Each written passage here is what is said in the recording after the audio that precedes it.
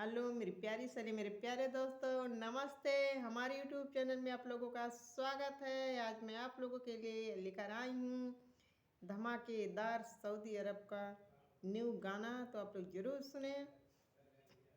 कहरवा गीत है उन मेरी प्यारी सहेलियों के लिए है जिनके पति सऊदी में कमा रहे हैं। तो आप लोग ज़रूर सुने। अच्छा लगे तो कमेंट में ज़रूर बताइएगा और दिल से सपोर्ट ज़रूर कीजिएगा। आगी लागे सऊदी के कमाई हमारी माई हो। आगी लागे सऊदी के कमाई हमारी माई हो। सऊदी के कमाई हमारी माई हो, कमाई हमारी माई हो। आगी लागे सऊदी के कमाई हमारी माई हो। पियवा जाय के सऊदी में बकरी चरावन, बकरी चरावन हमारी माई हो। सैया जाके सऊदी में बकरी चरावन हमारी माई हो। बकरी चरावन हमारी माई हो, बकरी चरावन हमारी माई हो। पियवा जाके सऊदी में बकरी चरावन हमारी माई हो। आगी लागे सऊदी के कमाई हमारी माई हो। आगी लागे सऊदी के कमाई हमारी माई हो। बीज खाती बेची दियाली गाल कैसी काड़िया, बीज खाती बेची दियाली गाल कैसी काड़िया।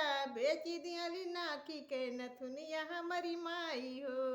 बेची दियाली नाकी के नथुनिया हमारी माई हो। बेची दियाली नाकी के नथुनिया हमारी माई हो नथुनिया हमारी माई हो, नथुनिया हमारी माई हो। बेची दियाली नाकी के नथुनिया हमारी माई हो।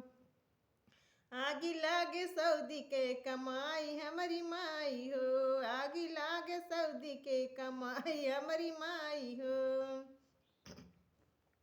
फूनवा करीला पियवा नाही बतिया में हमारी माई हो। फूनवा करीला पियवा नाही बतिया में हमारी माई हो। आगी लागे सऊदी के कमाई हमारी माई हो।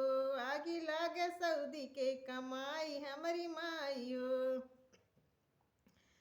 पियवा के बिना सुना लागे घर अगनवा हमारी माई हो। पियवा के बिना सुना लागे घर अगनवा हमारी माई हो। अगनवा हमारी माई हो।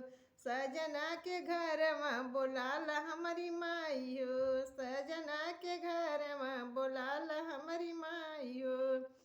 आगी लागे सऊदी के कमाई हमारी माई हो। आगी लागे सऊदी के कमाई हमारी माई